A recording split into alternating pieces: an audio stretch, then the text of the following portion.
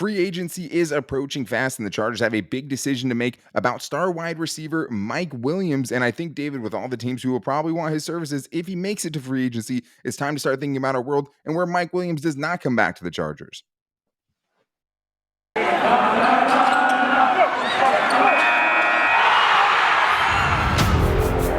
You are Locked On Chargers, your daily podcast on the Los Angeles Chargers, part of the Locked On Podcast Network, your team every day.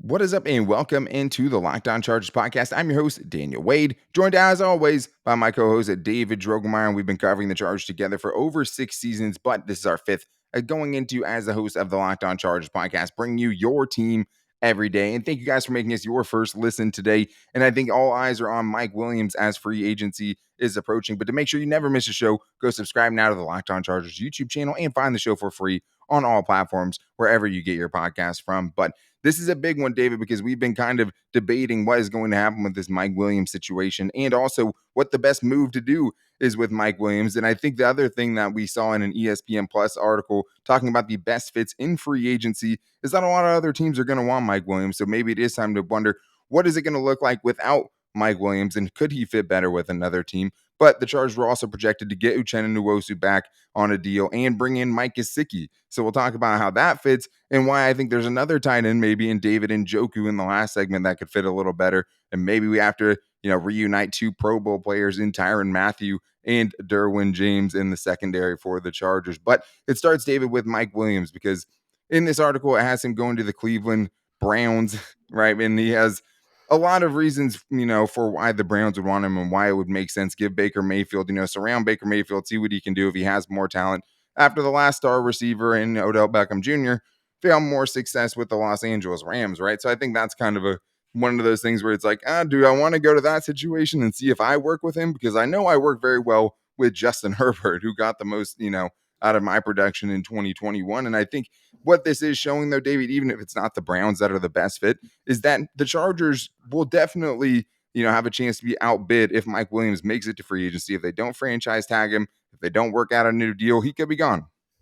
Yeah, he definitely could be. And I think that's a misconception maybe around the Chargers community out there, is that, a lot of people are deciding, should the Chargers keep Mike Williams or, should they let him go? One thing that, I think should definitely be put to bed is that Mike Williams is going to have a market, okay? If he makes it to free agency, they are going to be teams that are going to want to bring him in. He's one of the best big play wide receivers in the NFL, and his yards per catch average every single year he's been in the league has been a testament to that, amongst other numbers. But Mike Williams is one of the bigger free agents out there, and it's kind of, I guess it puts it in perspective when you see a list like this and you see him almost at the top at number 3.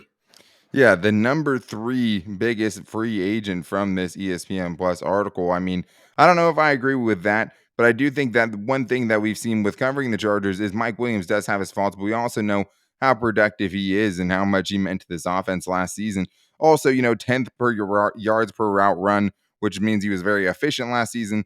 8th in yards after the catch per reception, which is something that he isn't necessarily getting a lot of credit for. But there was a lot of, blown coverage, touchdowns, and things like that. Either way, the thing is that I don't know if there, it is a better fit with the Browns than it is with the Chargers, because I think with the Chargers, what Mike Williams knows is that he's going to have Justin Herbert throwing him the football, and he knows he's going back to an offense that targeted him over 120 plus times, right? So he knows the fit, and he knows he can keep putting big stats up. But at the same time, David, this is his best chance to cash in. For Mike Williams, this will probably undoubtedly be the biggest contract that he ever signs. He has every reason to want to go cash in. When you see guys like Kenny Golladay in New York signing $18 million deals, and now he's going to the table with a season that he just put together, even with the other inconsistent years and inconsistent stretches of this season. I mean, he's going to want to get paid, and I don't know if the Chargers at this point are going to be willing to pay that, right? Especially if they start getting bids from other teams. Yeah, that's for sure. I mean, that's the one complication that I don't think people have really considered, really, is, they think if the Chargers and Mike Williams are going to get a deal done, they're going to get it done early. I mean, we've seen with contract I think they have negotiations, to too. Like I think if it doesn't get done, if he makes it all the way to free agency, because we he's all thought gone. Hunter Henry was going to be back last year, right? Yeah. And they just showed they didn't want to pay a premium for that position for Hunter Henry. So even if people are assuming he's going to come back, I don't think it's that easy. No, it's definitely not. It's not that easy at all because, and it's not an easy decision for Mike Williams either because you have to weigh, hey, this is my probably one and only opportunity to get the biggest contract I'm ever going to get in my NFL career. I'm 28 years old. I'm coming off of a career year. So I got to really think to myself, I got to weigh, the pluses and minuses. Hey, am I going to go out there and try to make the most money, or am I going to try to put myself in the best position to make a good amount of money and also win championships? I mean, we don't know what his motivations are. I mean, we definitely have seen the emotions that he showed after that, playoff atmosphere type game Sure. against the Raiders. We know he cares. We know he loves the game. He stated on multiple different occasions that he loves the organization, made a lot of friendships here. He does not like change. So I think there's definitely stuff there that a deal could get done. But I mean, that's the thing you got to think about is, hey, do I want to win a championship or do I want to make as much money as humanly possible? And we always want to build that second part up. Like, how much does he really want to contend? And I mean, he could go to a team who's a contender as well. I mean, that's Sure. also, I mean, it's hard to say the Chargers right now, if you're going ring chasing or something like that, or just the number one place you'd want to go, right? There's a couple different places that could give him a better chance, on paper than that. But I think the other thing is, though, is just that most of the time these decisions aren't that difficult, right? It's, hey, who's going to put up the money, Right. right? And we saw that last year, with guys like John Johnson and Troy Hill, a couple guys, we thought maybe we want to play with Brandon Staley.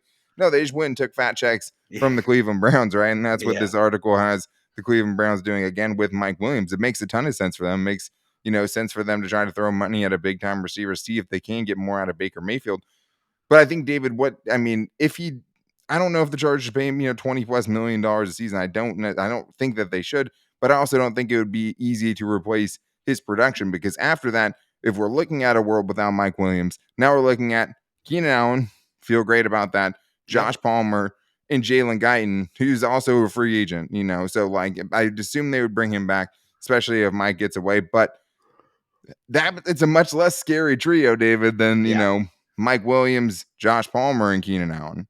Well, and you can't just say to yourself, oh, well, Mike Williams is gone. I'm just going to go grab another wide receiver, sign him off the street. Well, the Chargers' track record of signing wide receivers off the street is not very good. And, by the way, I'm just going to go into the draft and I'm I'm not going to go signing them get a off the receiver. street, just signing them in free agency. I mean, they're Yeah. not grocery baggers. Yeah, you know what I meant.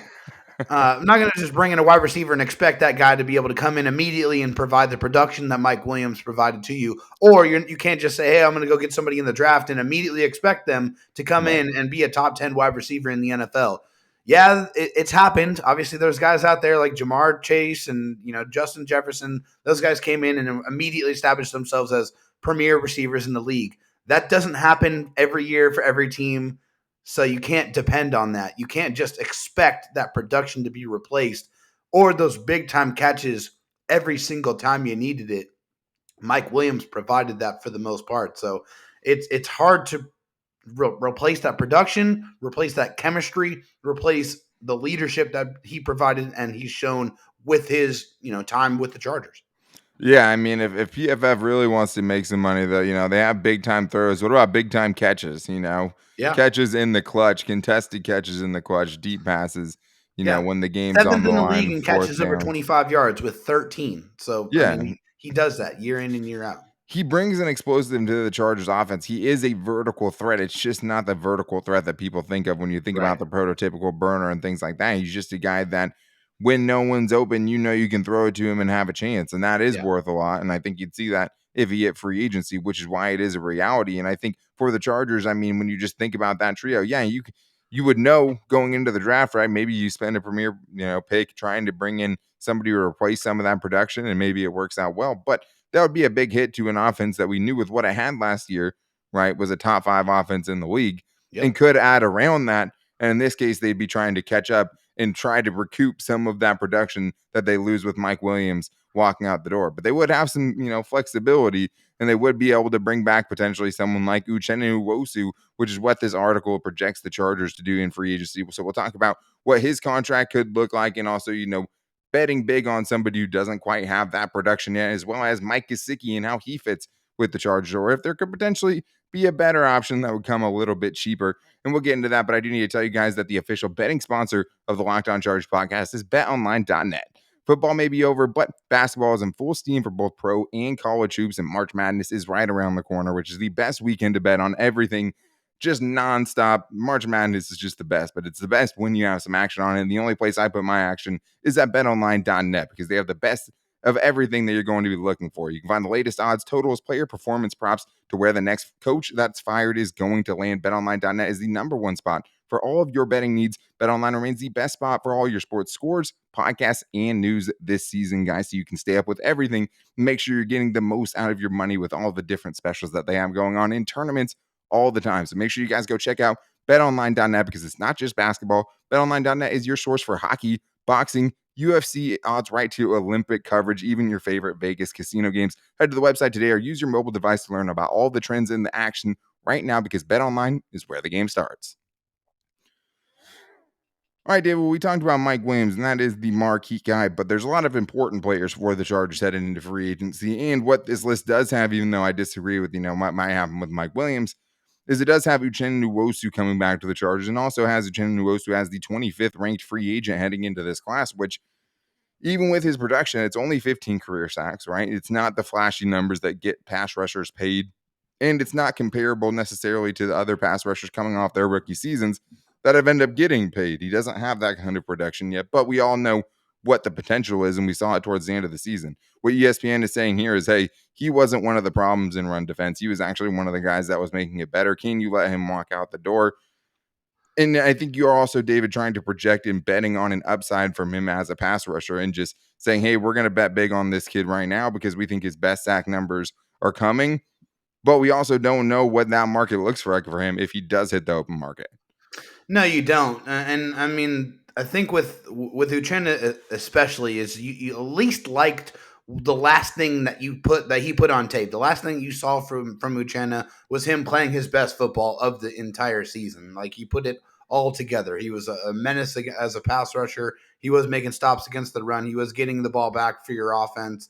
Like he was doing it all. Everything you asked him to do. It really was the culmination of probably learning a lot from a new defense, a lot of new terminology, a lot of new different techniques you're not used to going out there and executing. And then, I think towards the end of the season, that really all clicked. So I think you love Yeah, because it that wasn't going a into fully things. good season, right? I No. mean, it started off pretty rocky, and it was like, who's better, him or Kyler Fackrell? So, like, Right. we all thought, hey, once this dude gets the snaps, he's going to be able to turn the 4.5 sacks in 2020 into, somewhere around double Yeah, I was digits one in of those guys that 2021. said that too. And, that didn't really happen. And so going into year two of another defense, I think you're trying to project whether he's going to get even that much more comfortable, and also keeping in perspective the other moves that are going to be made around him that might make him even more of a player in your defense. So Uchenna, it's a very interesting case. It's just going to depend on what kind of contract he's going to look for, Dan.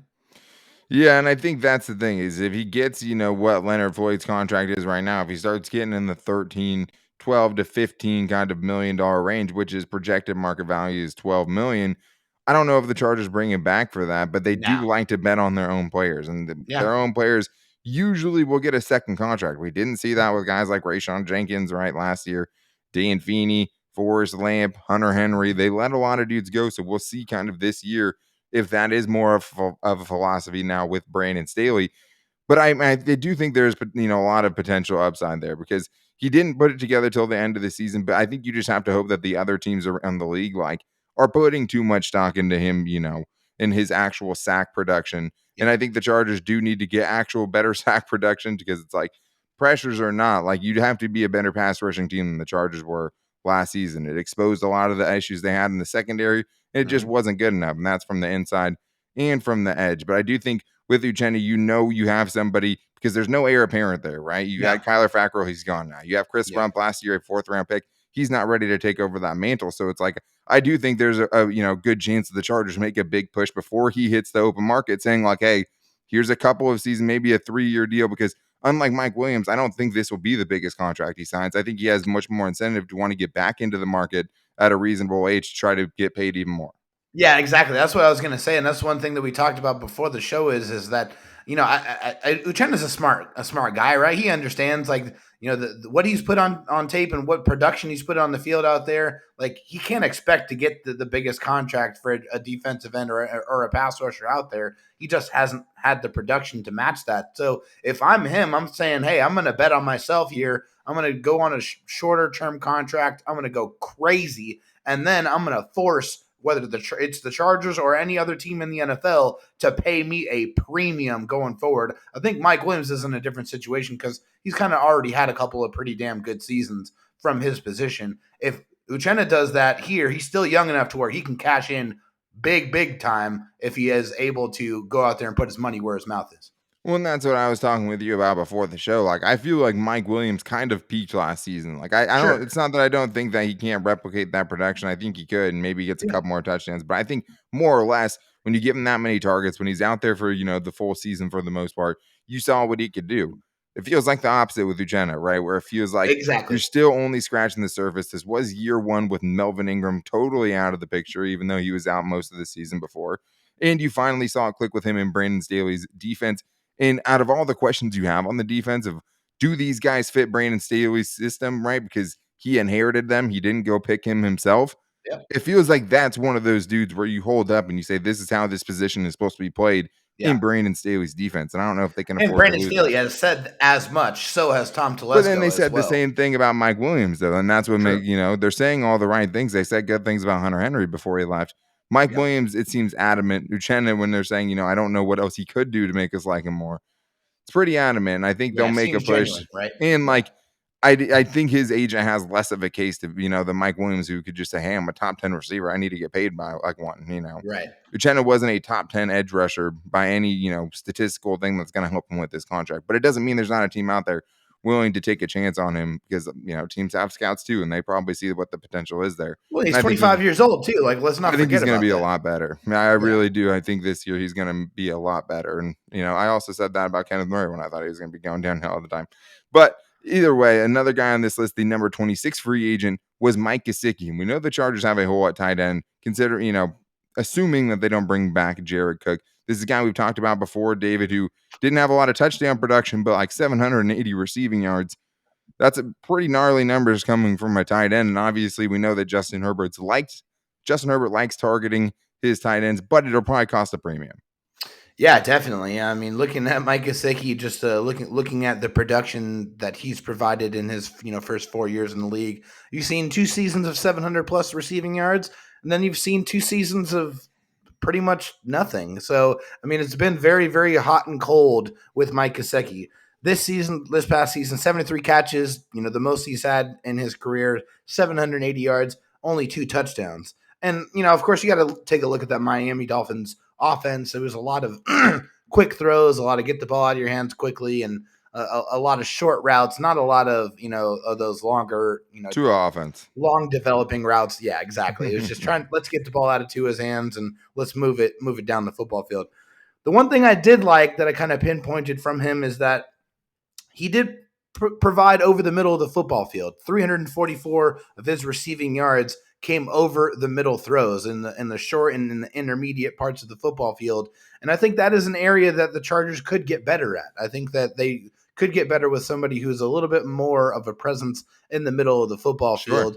That is something that Mike Gesicki provides. But for a proposed market value of numbers we're seeing out there of close to $13 million per season, Yeah, it's I like don't 11. know. 4-year, Yeah. $44 million is what the projection is. That's top flight money. I mean, that's Yeah, you paying.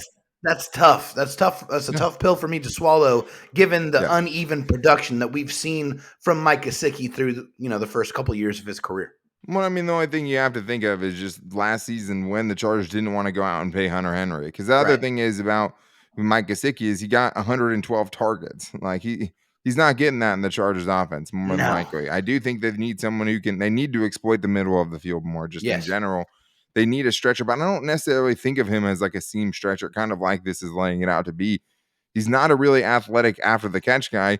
He's more of a, play above the rim type of tight end who came away with Right. only 2 touchdowns last year, which is a little confusing. obviously, when that's your, bio Yeah, and we kind of already got thing. a guy that can play above the rim by just standing on his own 2 feet. Yeah, well, I mean, that's also the Chargers' like best yak threat. That's not a running back, anyways. But Right. it's just, I think the Chargers feel like they can get more with less out of that tight end position. You have an up and comer in Donald Parham. You have, Steven Anderson who fits well. You drafted Trey McKitty. I don't think they would go out and spend top tier money for a tight end. But if there's someone they can bring on the cheap and bet on the upside, that is something I think I would get behind and they could get behind as well. And that's why David Njoku is a guy that stands out, that fits more of that yards after the catch, brings some more explosivity to this offense. I think he can do that. And could bring some more explosiveness to the defense, David. Tyrann Mathieu. So we'll get into that after this.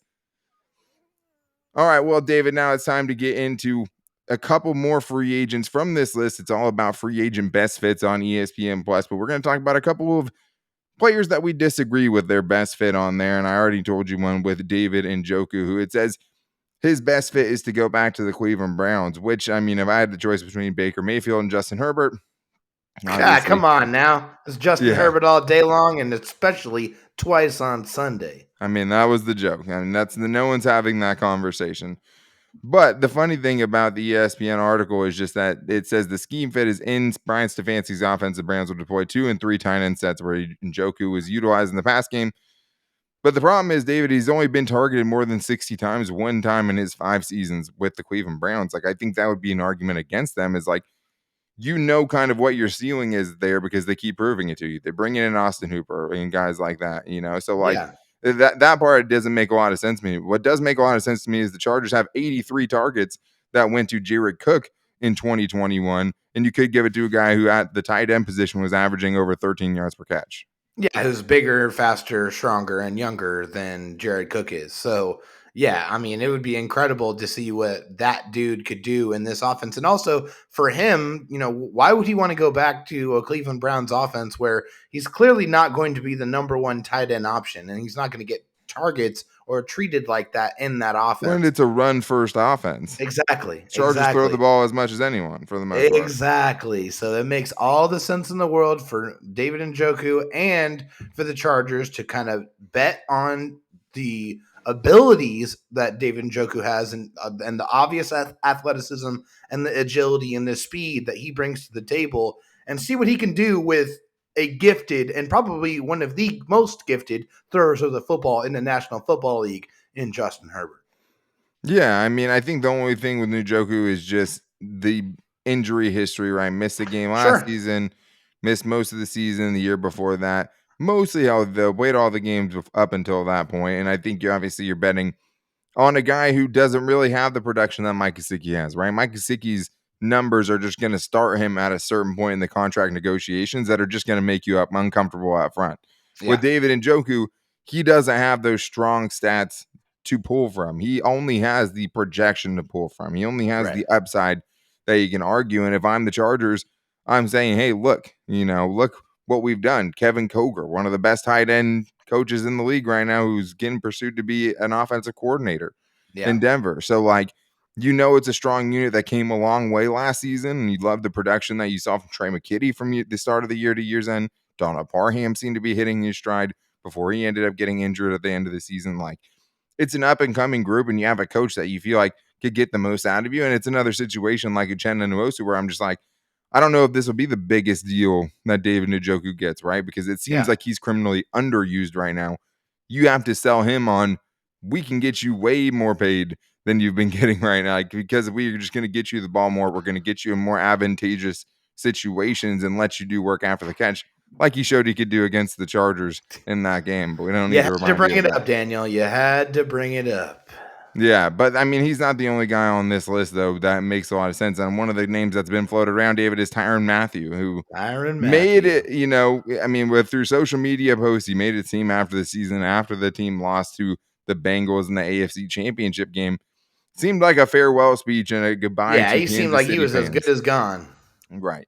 And the Chiefs are one of those teams that could restructure and save a lot of cap space. Maybe they have more space than they do right now to go, bring him back. And it says on this ESPN article that would be his best fit. When I think David, his best fit could be next to Derwin James.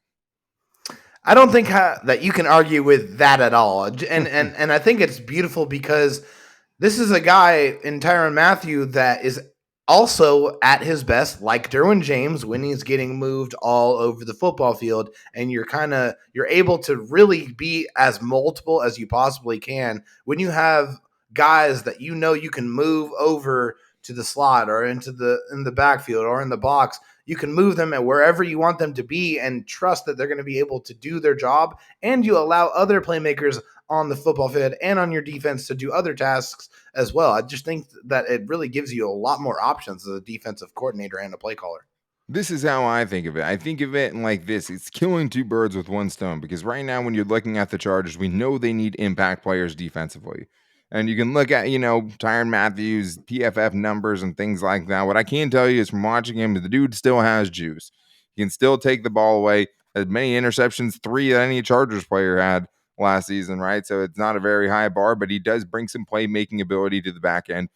And he also gives you that flexibility to where you don't feel like you need as much at corner. You still need to build the depth at corner, but if you bring in Tyrann Mathieu, you're giving yourself way more safety depth, and the Chargers had zero safety depth last season. And now Derwin James can go play in the slot, or Tyrann Mathieu can go play in the slot, or Nazir Adderley can go play in the slot, and you still have 2 guys back there you can feel good about, right?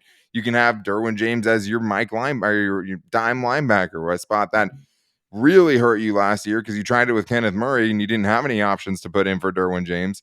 And you get these, draw plays that give up crucial first downs at the end of the game. So, I think that it unlocks a lot for the Chargers defense. Brandon Staley last year, the biggest thing was versatility.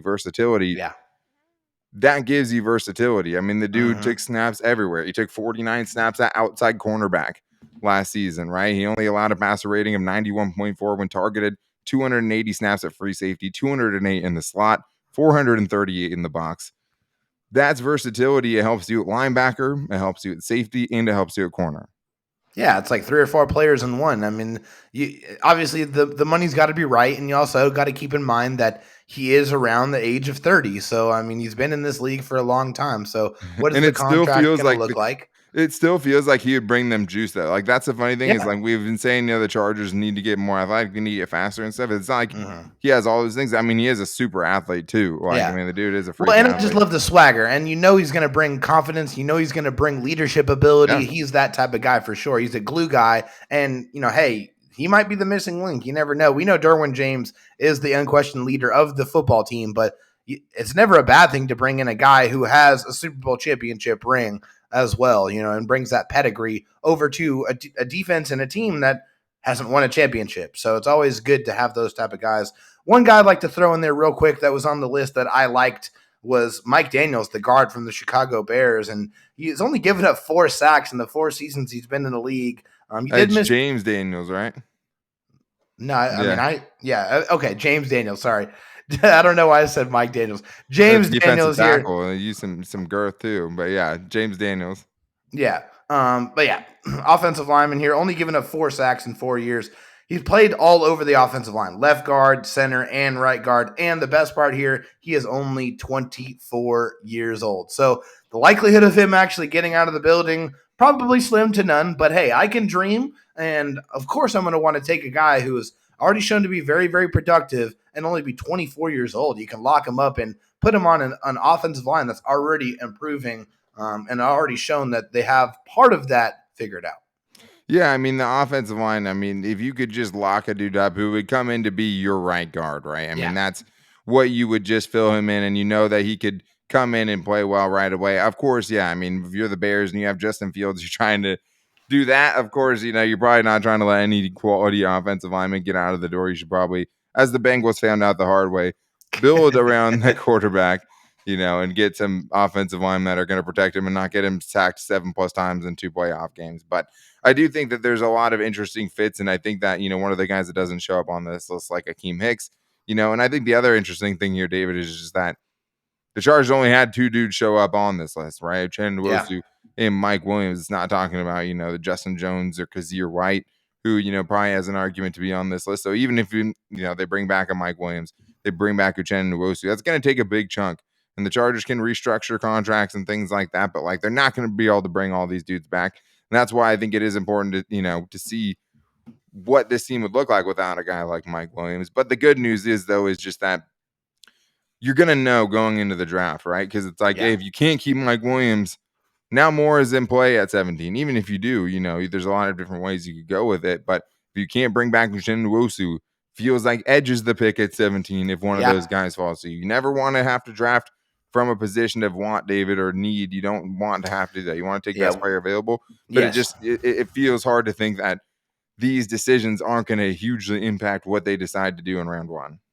Yeah, and from the general manager's perspective, and as we've heard Tom Telesco say on multiple occasions, you can't just draft for the needs and the issues that you have now. You also have to project and see what you're going to pick in the future and how you're going to supplement your roster in the future. And I see Daniel's rolling his eyes here because obviously we've heard that approach, and we've heard that. We've also seen it not work at all. So, I mean, hopefully this year that approach changes a little bit. But I mean, hey, that's the general manager that is in play for the Chargers. He's the head guy, so we know how he rolls. Of course. And I mean, it's not like, it's just obviously that's all GM speaking stuff, but like, it's frustrating when you're always hearing about the future, right? I mean, I'm sure Philip Rivers was hearing about the future for his entire career until it was too late. So, like, I think the one thing we have learned over the last week is, hey, go for it now. Like the time is now. You have to go for it. You just saw the Bengals make it to the Super Bowl, right? And they had a couple of things bounce their way.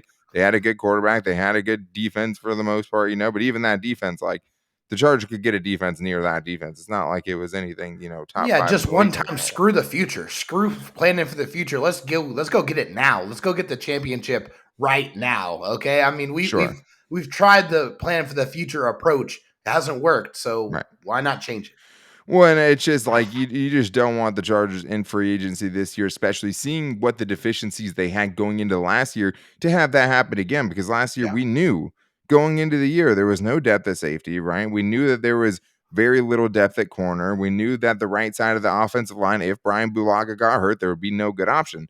So like last year, they were leaving salary cap space on the table, and they got a little bit of rollback over, this year, rollover cap. But like, you should have been, fortifying the roster and getting better players so you weren't like so strapped when dudes did get her, and just like in general, the depth that you didn't have there. So like, you want them to use whatever they can. You throw all the resources you can at this 2022 roster, because the window is now, no matter how much Tom Telesco doesn't want to, believe in windows. I just think of him living in like a windowless house, right? Just because like Tom Telesco doesn't believe in windows. It's just like, one of those rooms where you just can't see anything out of. So Tom Telesco, I mean, you have to just hope that it's like he knows, but it's like it just seems like he's very comfortable. Doesn't seem like he's feeling the fire. A little too comfortable, honestly, and I don't like that. I don't know how he can be that comfortable, but I mean, who's really making all the decisions here?